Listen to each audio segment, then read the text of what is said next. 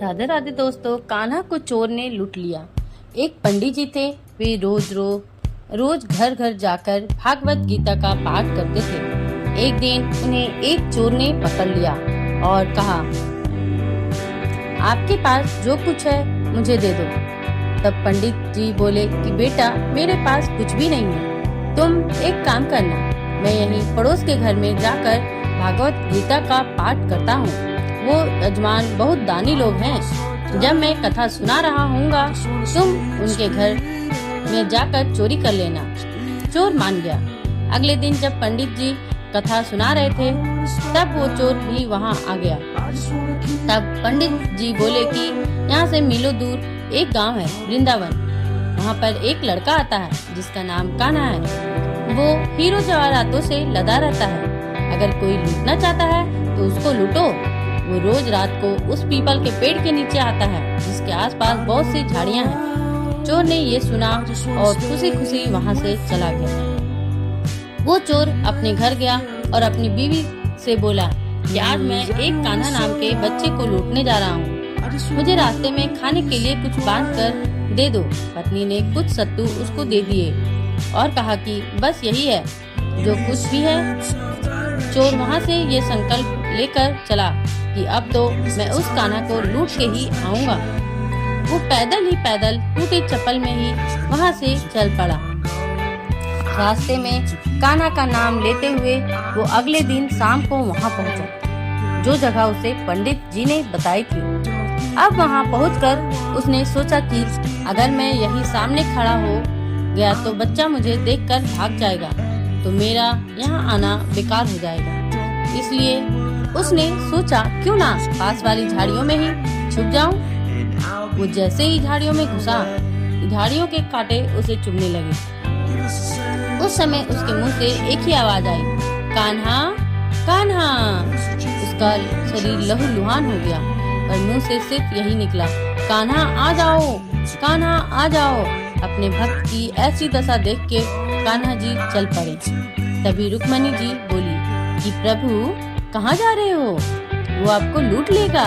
प्रभु बोले कि कोई बात नहीं, आप अपने ऐसे भक्तों के लिए मैं तो लूट जाना तो क्या, मिट जाना भी पसंद करूँगा। ठाकुर जी बच्चे का रूप बना के आधी रात को वहाँ आए। वो जैसे ही पेड़ के पास पहुँचे, चोर एकदम से बाहर आ गया और उन्हें पकड़कर बोला, वो कान्हा, तूने मुझे बहुत दुखी किया है। अब ये चाकू देख रहा है ना, अब चुपचाप अपने सारे गहने मुझे दे दे। कान्हा जी ने हंसते हुए उसे सब कुछ दे दिया। चोर हंसी खुशी अगले दिन अपने गांव में वापस पहुंचा। सबसे पहले उसी जगह गया जहां पर पंडित जी कथा सुना रहे थे। जितने भी गहने वो चोरी करके लाया था, उनका आधा उसने पंडित जी के चरणों में रख दिया। जब पंडित जी ने पूछा कि ये क्या है, तब उसने कहा, आपने ही मुझे उस कान्हा का पता दिया था। मैं उसको लूट के आया हूँ और ये आपका हिस्सा है। पंडित जी ने सुना तो यकीन ही नहीं हुआ। वे बोले कि मैं इतने सालों से पंडिताई कर रहा हूँ, वो मुझे आज तक नहीं मिला।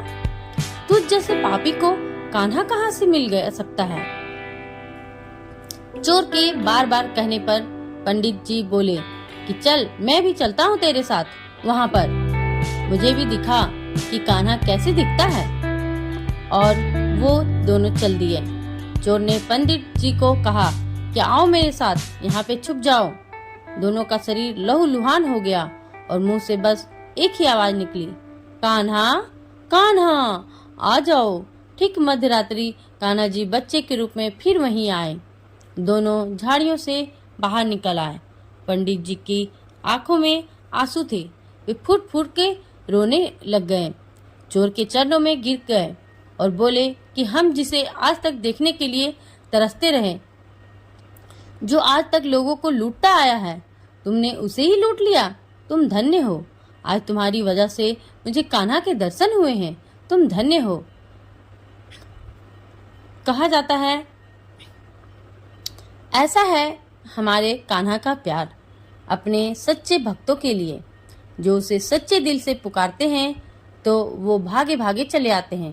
प्रेम से कहिए, श्री राधे मेरो तो गिरधर गोपाल दूसरो ना कोई, प्रेम से बोलो राधे राधे।